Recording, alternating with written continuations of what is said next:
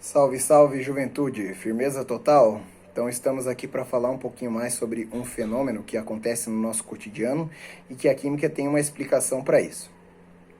Você já ouviu falar que se adicionar sal ao gelo em um recipiente, a temperatura lá dentro vai diminuir mais rapidamente? Então, para a gente explicar esse fenômeno, primeiro vamos pensar em como acontece a passagem do estado sólido para o estado líquido. No estado sólido, as moléculas estão organizadas de uma maneira mais uniforme e no estado líquido elas estão mais desorganizadas, ocupando espaços de maneira mais aleatória. Então, por exemplo, se a gente pensar nas moléculas de água, as moléculas de água no estado líquido estarão posicionadas aqui de maneira mais aleatória, lembrando que o oxigênio é o polo negativo da molécula e o hidrogênio é o polo positivo. Então, sempre o hidrogênio de uma molécula vai tentar ficar próximo do oxigênio da molécula vizinha, porque são polos de sinais opostos e eles vão se atrair.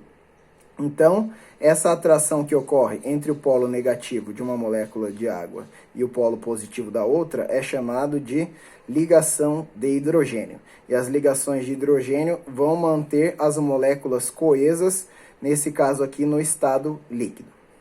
As mesmas ligações de hidrogênio que ocorrem no estado líquido ocorrem também no estado sólido.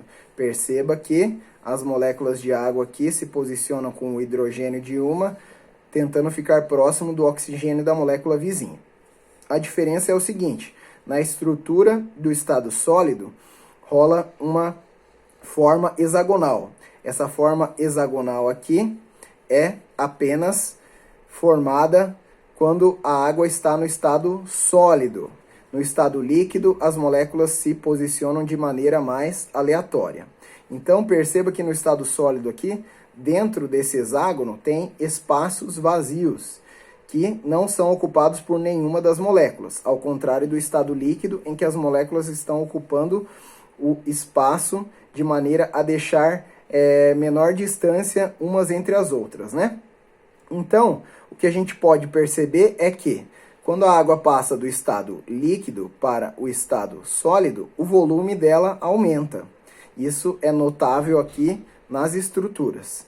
Também é notável isso na prática, porque quando você enche uma forminha de gelo com água líquida, coloca ela para congelar, depois de congelada você percebe que o gelo ocupa um volume maior do que a água no estado líquido estava ocupando. Isso ocorre devido à diferença de estruturas da água no estado líquido e no estado sólido.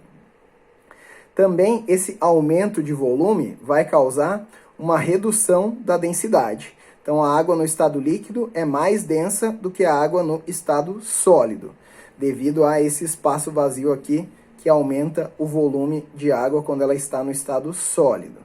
Então, a gente pode notar isso que quando você coloca pedras de gelo em um copo com água líquida, o gelo flutua. Se o gelo flutua, significa que ele é menos denso, e ele é menos denso por ter esses espaços vazios aí que geram um aumento no seu volume em relação ao estado líquido. Então, a gente pode perceber que a passagem do estado líquido para o estado sólido, no caso da água, vai gerar vários efeitos que a gente nota no cotidiano. Mas voltando para a pergunta inicial, que foi sobre a rapidez no resfriamento quando você adiciona sal ao gelo, ela vai ocorrer devido ao efeito crioscópico. Então, quando estamos tentando passar substâncias do estado sólido para o estado líquido, ou melhor, do estado líquido para o estado sólido, a gente está tentando juntar as moléculas dessas substâncias. Se a gente tiver só água pura, as moléculas de água não têm nenhum impedimento para se juntarem.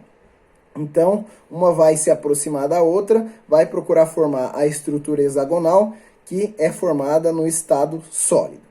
Se a gente tiver uma solução de água e NaCl, que é o sal de cozinha, a gente vai ter as partículas de NaCl funcionando como uma barreira, impedindo que as moléculas de água se aproximem para formar a estrutura hexagonal. Sendo assim, uma solução de água e sal exige uma temperatura mais baixa para congelar do que apenas tivermos água pura. Para vencer essa barreira é necessário uma temperatura mais baixa do que quando não existem barreiras impedindo as moléculas de água de se juntarem. Beleza, mas como que isso vai influenciar na rapidez do resfriamento dos recipientes lá imersos no gelo com sal? Imagine aqui que minha mão é um cubo de gelo e a gente está querendo resfriar essa garrafa de água aqui. Então, colocando a água em contato com o gelo, apenas a superfície em que há o toque entre o cubo de gelo e a água é que vai acontecer a troca de calor, a transferência de calor lá da garrafa de água que está mais quente para o cubo de gelo que está mais frio. Então, é uma superfície de contato que não é muito eficiente na troca de calor. Se a gente tiver uma mistura de água com sal, ela vai conseguir ficar no estado líquido a temperaturas menores do que zero.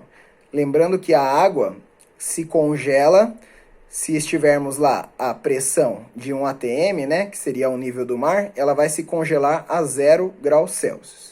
Se você tiver uma mistura de água com sal, ela vai se congelar a temperaturas menores do que 0 graus Celsius, ou seja, temperaturas negativas. Então, adicionando sal ao gelo, você possibilita a existência de água líquida a temperaturas menores do que zero. A água líquida é mais eficiente do que a água sólida na troca de calor com outra substância. Se a gente pensar a água líquida, ela vai conseguir envolver toda a minha garrafa. Então, a superfície de contato entre a água líquida a temperaturas negativas e a garrafinha de água vai ser muito maior do que tínhamos quando era apenas um cubo de gelo. E isso vai gerar um resfriamento muito mais rápido pela água líquida do que pelos cubos de gelo. Então, aí está explicado o fenômeno da rapidez no resfriamento quando você adiciona sal ao gelo. A gente vê pela televisão também, porque aqui no Brasil não tem neve, então que quando ocorre uma nevasca muito forte, as pessoas muitas vezes têm que jogar sal na neve que está até na própria porta da casa delas para poder sair, porque justamente ocorre esse efeito crioscópico. O sal adicionado ao gelo vai fazer com que ele derreta. Se ele derreter, é muito mais fácil de fazer a limpeza do que se ele estiver no estado sólido, e aí possibilita que se abram caminhos para as pessoas poderem transitarem. Também, nesses países frios, pode ocorrer o problema de carros que estão expostos ao ambiente terem o seu líquido de arrefecimento do motor congelado. O que seria esse líquido de arrefecimento? No carro existe o radiador, que seria a parte responsável pelo resfriamento do motor para impedir que a temperatura não fique tão alta que ocorre a fundição do motor. O que seria a fundição? Seria a temperatura estar tão elevada que as peças do motor passem do estado sólido para o estado líquido, passem pelo processo de fusão. Para isso existe um líquido que mantém a temperatura lá dentro do motor mais baixa. Então, se o carro estiver em um local frio e exposto ao ambiente, pode ocorrer o congelamento desse líquido de arrefecimento. Antigamente era usada só a água, mas a gente pode potencializar esse efeito se adicionar um soluto não volátil. No caso, o soluto não volátil escolhido seria o etileno glicol, que é adicionado à água justamente para evitar que ela congele se estiver uma temperatura muito fria e também para evitar que ela ferva se estiver uma temperatura muito alta. Em todos os locais, quando o motor estiver funcionando, vai estar sob temperaturas muito altas. E aí, essa mistura de água e etileno glicol é mais eficiente no resfriamento porque vai impedir a fervura da água. E aí, se a água estiver no estado líquido, ela vai ser muito mais eficiente no resfriamento do que se ela estiver no estado gasoso depois de fervida. Beleza, pessoal? Então, essa foi a aula sobre efeito crioscópico, que é aquele que ocorre quando você adiciona um soluto não volátil a um solvente, e esse solvente tem a sua temperatura de congelamento reduzida. Muito obrigado pela atenção aí, até a próxima aula.